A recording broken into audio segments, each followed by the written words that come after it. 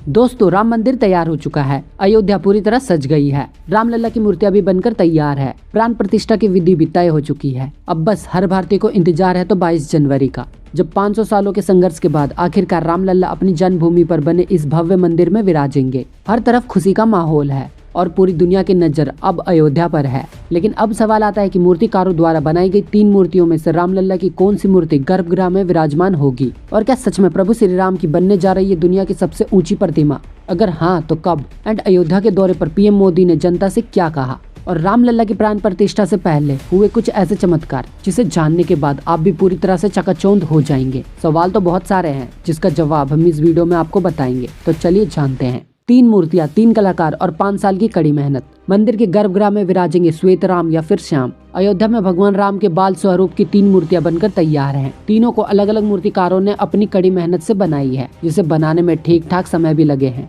वहीं बात करें पहली मूर्ति की, तो उसे गणेश भट्ट ने बनाई है, तो दूसरी मूर्ति सत्यनारायण पांडे ने, और तीसरी मूर्ति बनाई है अरुण योगीराज ने। फिलहाल तीनों मूर्तियों को अयोध्या के कारसेवकपुरम में रखा गया है और इन तीनों मूर्तियों को जांच परख कर जन्मभूमि के सदस्यों ने अपना मत भी दे दिया है। ज्यादातर सदस्यों को श्वेत मूर्ति पसंद आई है, मगर फाइनल फैसला ट्रस्ट के अध्यक्ष गोपाल दास करेंगे। एंड जो भी मूर्ति फाइनल की जाएगी उसकी पूजा अर्चना शुरू की जाएगी और 17 जनवरी से रामलला को अयोध्या भ्रमण पर ले जाया जाएगा और 22 जनवरी के दिन रामलला मंदिर के गर्भगृह में विराजेंगे, जो कि इस दिन का लगभग हर भारतीय बेसब्री से इंतजार कर रहे हैं। आपको बता दें कि ये तीनों मूर्तियां इतनी खास इसलिए है क्योंकि इन तीनों मूर्तियों के मूर्तिकारों ने इन्हें बनाने में सालों की मेहनत लगाई है और मूर्ति की हर बारीकी पर काफी ध्यान दिया गया है। इन तीनों मूर्तियों के आकार समान है, जिसमें 5 वर्षीय रामलला धनुष बाण लिए खड़े हैं। और खास बात यह है कि मंदिर के गर्भगृह में रामलला की इस प्रतिमा के साथ सीता मैया की मूर्ति नहीं होगी। ज्यादा चौंकने की जरूरत नहीं है क्योंकि ये रामलला का बाल स्वरूप है। मूर्ति की ऊंचाई 51 इंच है और सोने के जिस सिंहासन पर रामलला विराजमान होंगे उनकी ऊंचाई 8 फीट पर होगी। रामलला कमल के पुष्प पर खड़े होंगे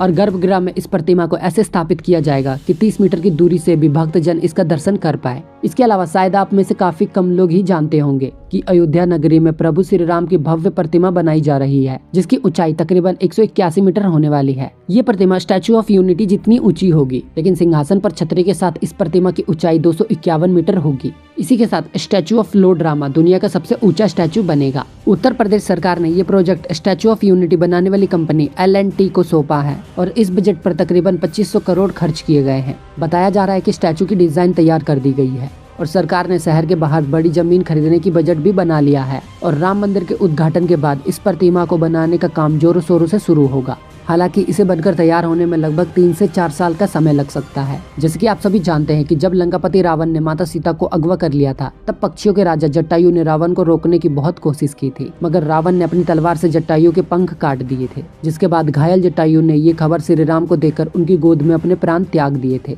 इन जटायु यानी गिद्धों को पर्यावरण का मित्र माना जाता है क्योंकि वो मृतक प्राणियों के अवशेषों को खाकर पर्यावरण को स्वच्छ बनाए रखने में महत्वपूर्ण भूमिका निभाते हैं। हालांकि पिछले कई सालों से दुनिया भर में गिद्धों की संख्या काफी कम हो चुकी है और उन्हें लुप्त प्रजाति के पक्षियों में शामिल भी कर दिया गया है। लेकिन आपको ये जानकर हैरानी होगी कि रामलला के प्राण प्रतिष्ठा के शुभ अवसर पर अचानक से अयोध्या के मालिकपुरा के जंगलों में गिद्धों का कई झुंड आ पहुंचा है और वो पिछले कुछ दिनों में इन्हीं जंगलों में रहने लगे हैं, मानो वो जटायु के रूप में प्रभु श्री राम का स्वागत करने आए हों। उन गिद्धों का दर्शन करके वहाँ के लोगों का एक अलग ही खुशी का माहौल बना हुआ है। इसके अलावा बताया जा रहा है कि न सिर्फ गिद्ध बल्कि अयोध्या में पूरी वानर सेना भी पहुँच चुकी है, क्योंकि पिछले कुछ दिनों में अयोध्या में कई बंदर और भालू इत्यादि जैसे प्राणी काफी ज्यादा मात्रा में दिखने लगे हैं। बाकी दोस्तों, इसमें कोई शक नहीं है कि ये चमत्कार प्रभु श्री राम का ही है, क्योंकि एकदम से गिद्धों के झुंड एंड बहुत सारे वानर का अयोध्या पहुंच जाना ये वैसे ही काफी अद्भुत है। राम मंदिर पहुंचे श्रद्धालुओं की तरफ से हजारों तोहफे, कोई लाया अभिषेक के लिए पवित्र जल, तो किसी ने भेंट किया अपने जीवन का सबसे बड़ा आविष्कार। दोस्तों, रामनगरी अयोध्या में प्रभु श्री राम की प्राण प्रतिष्ठा की तैयारी जोरों शोरों से चल रही है।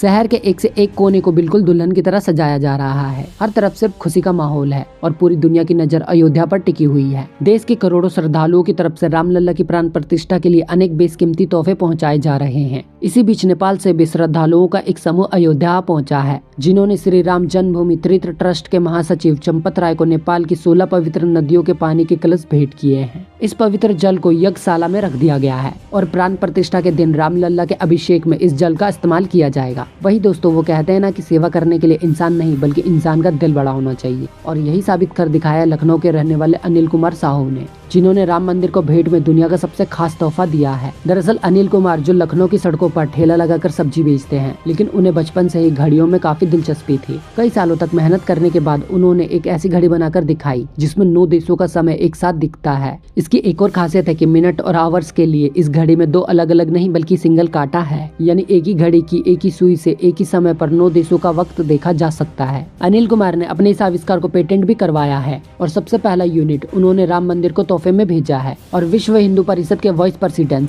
चंपत राय ने अनुरोध किया है कि इसे मुख्य मंदिर के मंडप में लगाया जाए। हालांकि उनका कहना है कि चंपत राय जी ने मंदिर के पत्थर में छेद करने के लिए मना किया है, तो वो मोदी जी से इसकी अपील करेंगे। दोस्तों, सड़कों से लेकर दुकानों तक और नए हवाई अड्डे से लेकर रेलवे स्टेशन तक अयोध्या के कन कन सजाया जा रहा है। और 30 दिसंबर के दिन जब पीएम मोदी अयोध्या दौरे पर आए तभी रोड शो आयोजित किया गया। इसमें नई अयोध्या की भव्यता को देख पूरी दुनिया चौंक उठी। इस रोड शो में हर तरफ जय श्री राम के नारे इस तरह गूंज रहे थे, पीएम मोदी के भी रोंगटे खड़े हो गए थे। जिसके बाद वो नई अयोध्या धाम रेलवे स्टेशन पहुंचे, जहां उन्होंने 6 वंदे भारत और 2 अमृत भारत ट्रेनों को हरी झंडी दिखाकर रवाना किया। इसके अलावा रेल प्रशासन ने अयोध्या के लिए देश भर से 1000 नई ट्रेनें शुरू करने का ऐलान किया है, ताकि रोजाना 50,000 से ज्यादा श्रद्धालु मंदिर में दर्शन करने आ सके। वहीं मोदी जी ने 1450 करोड़ की लागत से बनने वाले महर्षि वाल्मीकि अंतर्राष्ट्रीय हवाई अड्डे अयोध्या धाम का उद्घाटन किया। इस हवाई अड्डे के टर्मिनल भवन का क्षेत्रफल 6500 वर्ग मीटर होगा, जो कि सालाना 10 लाख यात्रियों को हैंडल कर पाएगा और अयोध्या में टूरिज्म बढ़ेगा। इसके अलावा उन्होंने रोड शो के बाद 140 करोड़ देशवासियों से खास अपील की कि 22 जनवरी के दिन जब अयोध्या में प्रभु विराजमान होंगे तब अपने घरों में श्री राम ज्योति जलाएं और दिवाली मनाएं, यानी उस दिन पूरा देश जगमगा उठेगा। दोस्तों, आप सभी जानते ही होंगे कि सुप्रीम कोर्ट में जब राम मंदिर और बाबरी मस्जिद को लेकर विवाद चल रहा था, तब अपने फैसले में सुप्रीम कोर्ट ने मुस्लिम कम्युनिटी को मस्जिद बनाने के लिए अयोध्या के ही धन्नीपुरी में जमीन मुहैया करवाई थी। जिसके बाद 26 जनवरी 2021 के दिन उत्तर प्रदेश सुन्नी सेंट्रल वक्फ बोर्ड ने तिरंगा लहराकर इसके निर्माण की प्रक्रिया प्रारंभ की थी। इस मस्जिद का नाम पैगंबर मोहम्मद के नाम पर मोहम्मद बिन अब्दुल्ला मौजूद रखा गया है